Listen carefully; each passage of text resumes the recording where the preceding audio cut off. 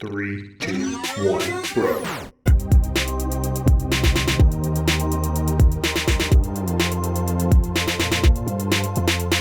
What's up, everybody? My name is Michael Lee Murphy, and I am too close to the camera, but I gotta be because the shelf is right behind me, and it's time to talk about what's up on this shelf, because we're doing What's on That Shelf. This is a segment that we used to do, and we're bringing it back once in a while, where we just take a small section of the collection of games that I was ranting and raving about the other day about having too many games. So let's talk about them so that maybe I won't feel so bad about not playing them all the time. So at least I'm gonna do that. So what I'm gonna do is I'm just gonna go through this section right here. This is it. That's all you get today. That's all. Just these games. Now, I'm at the very top, very leftmost section of our board game collection. Why? When you read, you start with the very top most left. If you're entering into our dojo here and you're looking at our games, you're going to start by looking at the top and the left. So what do we have right here? We have that Stray Fire. That's what's up on this part of the shelf. So let's get into it right now. First, we got Baseball Elites. This game is a 2 to 4. It's a 2-player game. It's a 1v1 game. If you have 4 people, you'll play. You're just going to do a tournament of 1 versus 1. Series is in this game. It takes place in the near future in 2045. Baseball Highlights 2045. And in the story of this game, baseball has sort of fallen out of favor. People think it's too boring, it's too slow, it just doesn't have the hearts of people. It used to be America's pastime, baseball, and now people have moved on. Story that we see kind of playing out in real life. So what they did in the game, in the story of the game, was people started including robots on their team that could just like crush the ball, hit it super far and stuff like that. Then people, if they're pitching, they gave themselves like a cybernetic arm so they could throw like 200 miles an hour and stuff to make the game more interesting. And then there was like a grassroots rooting for what they call naturals in the game. People who are just people still and somehow finding a way to stick in despite having to start your swing before the pitcher even starts their pitching motion because they throw it that hard, that fast. In this game, it's a little bit of reaction action. So you're going to put down a card that is going to threaten a certain amount of offense for that half inning. You play 6 cards in each game. That represents 6 innings of play. And I'm going to threaten 3 singles. And then if I was playing against Nick, he would then be able to choose whether or not he wants to try to stifle that offense that I am threatening. Also, while at the bottom of the card, possibly threatening his own offense. And so we go back and forth of trying to react to what your opponent has done in that moment while acting on your kind of plan. It's a super great game that works with that whole action reaction thing simultaneously so well. This is seriously one of the best games ever made. It's about baseball. I love it. I love the world of this game. I want to see a movie based on the world of this game. I think it would be like a perfect movie because we love sports movies and they have like robots and stuff, but it's like feels grounded and things. And this game, you can either just play the World Series and kind of do this like mock draft thing to kind of fill out your card because it's a bit of a deck builder. Or you can play through like a 5-game series and then go into the World Series and you kind of draft new players along the way while demoting people to the minors. So that's Baseball Highlights 2045. Seriously, such a good game. It's just so fun. Doesn't get played enough, but it's so great every single time. It's the best game based on sports that I have ever seen, and I would venture to guess that that will ever be. Yeah, I said it. Next year we have Carpe Diem. This is a game that everybody makes fun of because it's real ugly. It's real ugly. Like this is as beautiful as it's gonna get. They took 1,000 photos, and this was the prettiest they could make it. It's not very pretty. It doesn't have a great cover, but it is a good game by Stefan Feld. It is ultimately you're going to be placing out these tiles. And so there's a little bit of Carcassonne feel where you got to make like, landscapes match and make sense. Like you can't just have like a building run into a lake and stuff. This is where you get the tiles to play. So you have these workers that are going to be going across this little circle of different areas with tiles and stuff. You have to bop around to get these different things and then put them into your little board to build certain types of buildings that might give you money or goods or you know, money and goods and stuff like that, because it's just a super Euro-y thing where you have coins, which are wild, and they give you money and goods. But there's really interesting scoring cards. So there's a set amount of scoring cards set out at the beginning of the game. And they might be like, if you have, for every 3 chickens you have, you'll get $1 and 2 points, or whatever it might be. This thing for, if you have, for every completed villa that has 4 chimneys, you'll get this thing. So you know what scoring opportunities are out there, and you have these little discs, and at the end of each round, you will put one of your discs and score 2 cards that are adjacent. So it'll go on this dude's head, and you'll score this card and that card, and then we don't have to look at this guy anymore. And once you put a disc there, those 2 cards will never score together like that again. So you're always trying to work towards certain goals, making sure that you can score both those cards, or else you get punished. And then you only have one chance to score that area. So it's like, if I do have a lot of chickens, do I want to try to build up for a whole game and then go for that and try to really get a big score, or does someone put the disc down there and I get kind of stuck with not being able to use it? So there's a bit of like risk reward there. Ultimately, just a super cool game that is held back by its look and stuff, but mechanically it's very sound. It just feels like a super Steffenfeldy Euro game where they're like, the mechanics are good, what do you want? Just don't even worry about the rest. I'm like, no, I want to worry about the rest. I want it to look good, but I really like the game. It gets a pass, but barely. Speaking of Steffenfeldy Euros, we're gonna go right up in here to the classic. The I don't know. I mean, for my money, if you talk about like classic game, and granted it's not that old, but you know what I mean? Like just feels like a board game. Castle of Burgundy. How do you make something that you're like, damn, that's a classic, more than this? I mean, especially if you want the Euro feel. Castle of Burgundy is another game by Steffenfeld, where you're going to be basically rolling dice. You have 2 dice, which will represent the actions you can do, and based on those dice, you can get goods to ship off. You can get mostly these hexagonal tiles, which will be then going out into your like estate.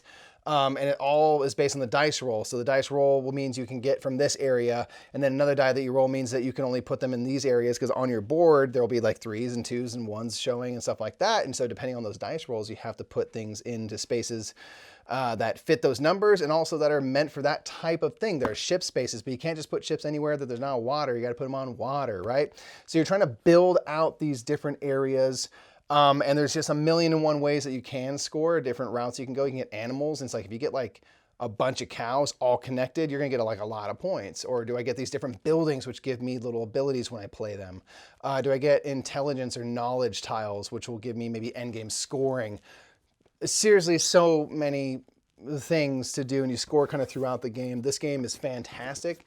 This game is one that I'd heard about for a long time, had never played it. You got to play Castle of Burgundy. Have you never played Castle of Burgundy? You're a board gamer. You do board game media. You've never played Castles of Burgundy? And then I finally played it, and I was kind of like, this will be good. Like, I'm going to enjoy it, but like, we'll see. And I played it, and I was like, oh, I get why it's so highly regarded, why it's such a classic. Like, it has earned its praise. But Castles of Burgundy is incredible. Just point salad. You can get points any way you can imagine just about in Castles of Burgundy. So try it if you haven't. Get yourself a Feld. Become a Feld, you know? I'm super into Felds right now, so you can say that. And if you're going to choose between Carpe Diem and Castle of Burgundy, choose Castles of Burgundy. Next, we have Castel. One of the best games ever made. Fact. To me. For something completely subjective, I'm going to say fact. This game is a renegade game, and it is a game all based around building these human periods in Catalonia and Spain, which is a thing that really happens. This is an old tradition, like folk traditions and stuff, where people go and build these big human pyramids and stuff, and there's like whole communities come together, and like literally you got like little kids at the top and bigger and stouter people down at the bottom. And they travel around to the different cities here in Spain. So in this game, You basically are going to be going around to different towns training so you get more skilled at making pyramids. You're going to get new castellers so you can build bigger pyramids with better people. You're going to be putting on local performances, and you're going to be hopefully competing in the big performances that are listed up here at the top of the board. So this game is... It has never, you know, there's like for a good game, there's a trend where, you know, you play it once, oh, I like that. You play it a second time, I really like it. You play it a third time, this game's amazing. You play it a fourth time, I can't believe I haven't lived with this game. And then maybe it tapers off and eventually starts cooling down. This game is one that has continued to rise every time I play it. It's just so good. It becomes more enjoyable with every play. Literally, it does.